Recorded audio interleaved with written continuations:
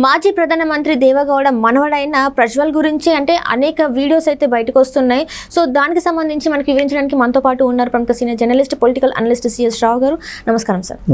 Sir, ఇప్పుడు చూస్తుంటే ప్రజ్వల్ బెంగళూరులో ఎవరైతే ఉన్నారో తన గురించి అనేకమైన వీడియోలు వస్తున్నాయి. అంటే లైంగికంగా వేధించిన వీడియోస్ తన గురించి చెప్పడం, తన ఇంట్లో పనిచేసే వ్యక్తులు తన గురించి చెప్పడం, ఆ వీడియోలు అయితే వైరల్ అవుతున్నాయి. సో ఇప్పుడు మరి ఎలా ఉండబోతుంది? దీనివల్ల మోదీ గారికి ఏమన్నా సమస్యల్లో పడే అవకాశం ఉన్నారు? ఇప్పుడు ఎన్నికల సమయంలో ఏ అంశమైనా సరే, చిన్న అంశమైనా పెద్దదిగా కనిపిస్తూ ఉంటుంది. ప్లస్ దాని ప్రభావం చాలా విపరీతంగా పడుతుంది.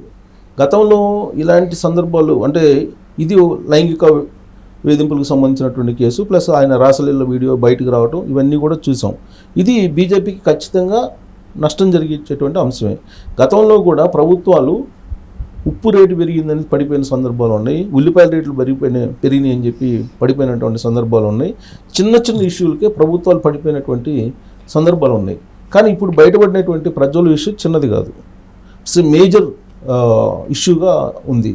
ఎందుకంటే ఇప్పుడు తాజాగా కర్ణాటక ప్రభుత్వం చెప్తున్న దాని ప్రకారం, కర్ణాటక ప్రభుత్వం ఇన్ఫర్మేషన్ ప్రకారం దాదాపు 3000 వీడియోలు ఉన్నాయంట.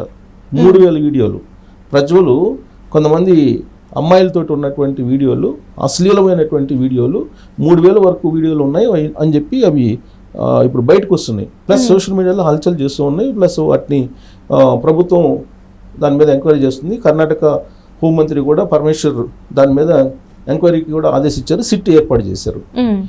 తర్వాత దాదాపు 1000 మంది యువతలతో ఉన్నాయంట. అవి 1000 వీడియోలు దాదాపు 3000 మంది యువతలతో ఉన్నాయని చెప్పి చెప్తున్నారు. మరి ఎన్ని సంవత్సరాల నుంచి చేస్తున్నాడు అని తెలియట్లా. 3000 మంది ప్లస్ 1000 వీడియోలు బయటకు వస్తున్నాయి అంటున్నారు. సో ఈ మొత్తం మీద వీడియోలు ఎన్నన్నా కానీ అది ఒక పెద్ద ఇష్యూగా తయారైంది. ఇష్యూగా తయారైనప్పుడు అతన్ని అరెస్ట్ చేసి ఇమీడియట్గా విచారించాలి. కానీ అతన్ని ఇప్పుడు జర్మనీ వెళ్ళిపోయాడు. జర్మనీ వెళ్ళిపోయాడంటే దాని అర్థం ఏంటి? ఎవరు పంపిస్తారు జర్మనీకి ఎలా వెళ్తాడు అసలు? ఆల్రెడీ ఇక్కడ ఆరోపణలు ఎదుర్కొంటున్నారు. కేసు ఫైల్ అయిపోయింది. కేసు ఫైల్ అయిన తర్వాత విచారణకు హాజరు కావాలి. విచారణకు ప్రయత్నిస్తున్నటువంటి క్రమంలో ఆయన విదేశాలకు వెళ్ళిపోయారంటే ఎవరు ప్రోత్సాహంతో వెళ్ళిపోయారు? ఖచ్చితంగా బీజేపీకి సంబంధించినటువంటి లీడర్ల యొక్క ప్రోత్సాహంతో వెళ్ళుంటారు, లేదంటే సాధ్యం కాదు. ప్లస్ కేంద్ర హోంశాఖ ఆధ్వర్యం, కేంద్ర హోంశాఖ కూడా దృష్టి పెడుతుంది కదా. సో ఇప్పుడు ఆల్రెడీ కర్ణాటక ప్రభుత్వం దాని మీద ఎంక్వైరీ వేసింది. ఎంక్వైరీ జరుగుతున్న సమయంలో ఈ ప్రజ్వల్ ఎంపీ ప్లస్ ఆయన జేడిఎస్ నేత, సో జేడిఎస్ నేతగా ఉన్న ఆయన కీలకం. ఇప్పుడు బీజేపీతో పొత్తు పెట్టుకున్నారు, పొత్తుతోటి ఎన్నికలకు వెళ్తున్నారు అక్కడ. ఇలాంటి సమయంలో ఆ వీడియోలు రావటం ఇవన్నీ కూడా బీజేపీ యొక్క సహకారం ఉంది అని చెప్పి విమర్శలు వస్తున్నాయి బీజేపీ మీద. ఈ మధ్య కాలంలో రెజ్లర్ ఢిల్లీలో ఆయనకు కూడా టికెట్ ఇచ్చారు. రెజ్లర్లు అందరూ కూడా ప్రొటెస్ట్ చేశారు. ఢిల్లీ కేంద్రంగా చేసుకుని దాదాపు కొన్ని నెలల పాటు ప్రొటెక్ట్ చేశారు. అయినప్పటికీ కూడా నరేంద్ర మోడీ ప్రభుత్వం పట్టించుకోకపోగా ఇప్పుడు ఆ రెజ్లర్లని ఎవరైతే లైంగికంగా వేధించారని చెప్పి ఆరోపణలు ఎదుర్కొంటున్నారో ఆయనకే మళ్ళీ టికెట్ ఇచ్చి ఆయన్ని వెనకేసుకొని వస్తుంది బీజేపీ. ఇప్పుడు ప్రజ్వల్ వచ్చింది. ప్రజ్వల్ విషయం ఇప్పుడు ఇంతవరకు చెప్పాలి. ఇప్పుడు ఆయన సస్పెండ్ చేయడం లేదా ఏదో ఒకటి చేయాలి కదా. అట్లీస్ట్ ఆయన మీద చర్యలు కూడా తీసుకోవట్లేదు. ఇప్పుడు ఆయన్ని జర్మనీ పంపించారు, జర్మనీలో ఉన్నాడు. ఇప్పుడు ఎలక్షన్స్ జరుగుతున్నాయి. ఎంపీ కంటెస్టెడ్ క్యాండిడేట్, ఎంపీ ఆయన. సో ఇప్పుడు జేడిఎస్ బీజేపీ రెండు అలయన్స్లో ఉన్నాయి.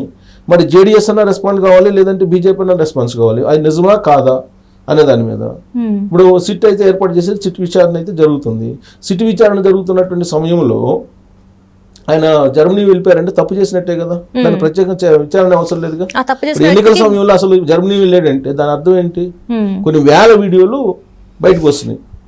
కనీసం కొన్ని వేల మంది యువతులతోటి ఆయన లైంగికంగా అశ్లీలంగా ఉన్నటువంటి వీడియోలు, లైంగికంగా ఆయన ఉన్నటువంటి వీడియోస్ బయటకు వస్తున్నాయని చెప్పి తెలుస్తుంది.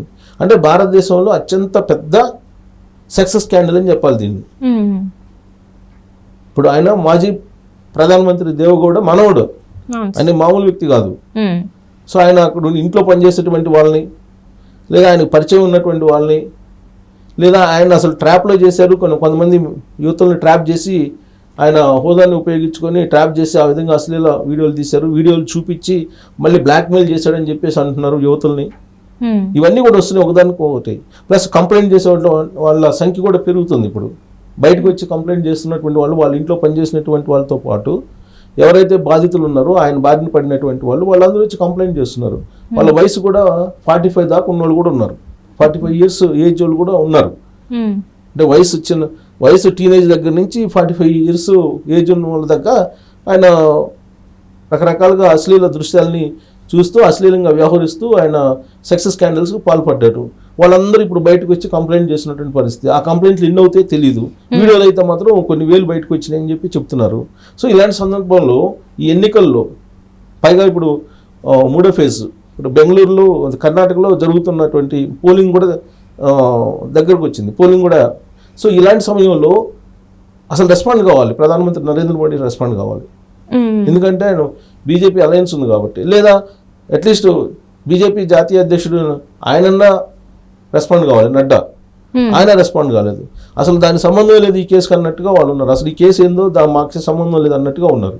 ఇంకొక వైపు ఏమో తెలంగాణ ముఖ్యమంత్రి రేవంత్ రెడ్డికి అయితే మాత్రం నోటీసులు పంపించారు, ఇది డీప్ ఫేక్ వీడియో ఏదో పెట్టారని చెప్పి.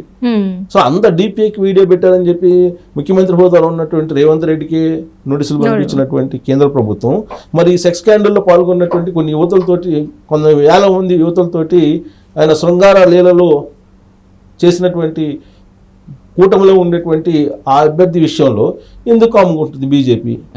అసలు బీజేపీ నేరస్తులకు కుమ్ము కాస్తుందా అనేటువంటి అనుమానం వచ్చేలాగా ఈ మొత్తం సంఘటన కనిపిస్తూ ఉంది. సో ఇప్పుడు పైగా విదేశాలకు పంపించడం, అసలు బీజేపీ మీద ఒక అనుమానం ఉంది. విజయ్ మాల్యా దగ్గర నుంచి అందరూ వీళ్ళ హయాంలోనే దేశం విడిచి వెళ్ళిపోయారు. ఎందుకంటే అవినీతి చేసిన వాళ్ళందరినీ కూడా బీజేపీ కాపాడుతుంది. ఒకవేళ పక్క పార్టీలో ఉన్నా కూడా అవినీతి చేసి ఈ పార్టీలోకి వెళ్తే వాళ్ళ మీద ఉన్న మరకలన్నీ చెరిగిపోతాయని చెప్పేసి కూడా వార్తలు. ఇది చూస్తే అలానే అనిపిస్తుంది సార్. మరి ఇది కేసులో ఒకటి బ్యాంక్ ఇంటరప్ట్స్ ఎవరైతే ఉన్నారో వాళ్ళు, తర్వాత బ్యాంకులకి ఎగ్గొట్టి భారత సంపదను దోచుకున్నటువంటి ఉన్నారు కదా, లలిత్ మోడీ, లేదంటే విజయ్ మాల్యా, ఇంకొక ఆయన ఉన్నాడు నీరవ్ మోడీ, ఈ లలిత్ మోడీ, ఇలాంటి వాళ్ళు అందరూ దేశం విడిచిపెట్టి వెళ్ళిపోయారు. వాళ్ళని ఇంతవరకు తీసుకురాలా. పైగా వాళ్ళని తీసుకురాకపోగా ఇప్పుడు నేరస్తులను మళ్ళీ పంపించేస్తున్నారు విదేశాలకి.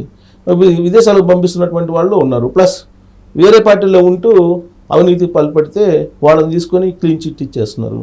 సో బీజేపీ పార్టీ పరిస్థితి, బీజేపీ యొక్క నైజం ఏంటి అనేది అర్థం కావట్లేదు.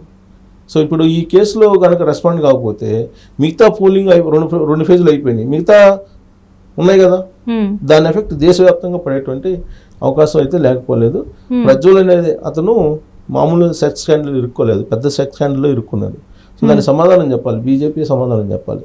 విదేశాలకు ఎందుకు పారిపోయాడు, ఎలా పారిపోయాడు, అది కేంద్ర ప్రభుత్వం యొక్క వైఫల్యమా లేదంటే రాష్ట్ర ప్రభుత్వం యొక్క వైఫల్యం అనేది తేల్చాలి.